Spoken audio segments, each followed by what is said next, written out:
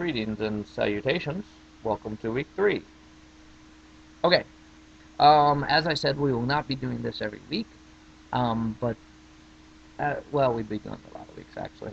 But as we're going along, I want to tell some stories. I want to give you some information that the book doesn't cover. It doesn't cover the way I want it, or I just want to give you a different perspective. You'll notice there are videos inserted that will do that as well. Yet, so you know, some of them look a little cheesy, but the information is good. Bear with it. I'm sorry I don't have the production capability of the History Channel. Today's subject is Bacon's Rebellion.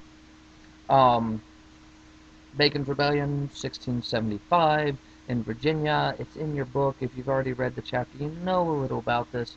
But just to quickly run through. It's about Indian trouble along the frontier of Virginia, and please remember the frontier is not what we think of as frontier. It's not even the mountains, it's not even the Appalachian Mountains. It's the area just out of the Tidewater, just out of that kind of lower flat area where all the rivers are.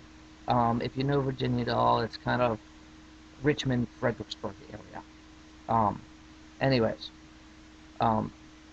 what was happening is people along this frontier were getting attacked by Indians. And so a young man, actually kind of a lower gentry, he'd come over from England recently, named Nathaniel Bacon, gathered together a militia, if you will. Actually, the militia gathered together and he jumped in to lead it. And they began attacking native villages all over kind of the backcountry of Virginia, and frankly Maryland and a little bit other places. And when I say attack, I mean they burned the villages, they burned the crops, and they did it in the fall so that the Indians could not plant new crops, therefore ensuring that most of the Indians would starve over the winter. The interesting thing is, they didn't really know which Indians were attacking them, so they just attacked all native villages they could find, most of which had nothing to do with actually attacking them. Alright, well, the big thing is, before they did this, they kept asking the governor for help. Before they formed this militia, they kept asking the governor for help. His name was Berkeley.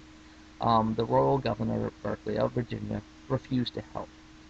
The reason he refused to help was because he actually had a monopoly on the fur trade, which meant all the fur being traded from the Indians, all the beaver skins, all the deer skins came through him, and he got a tax off of all of it. So he didn't want anything to happen to the Indians. Okay. Well, after Bacon is launching his campaign against the Indians, Berkeley condemns him as a criminal. Well, Berkeley turns around and marches his little army on Jamestown, the capital at this time. Berkeley, when he gets there, says, "Oh, no, I'm just kidding, you're not a criminal."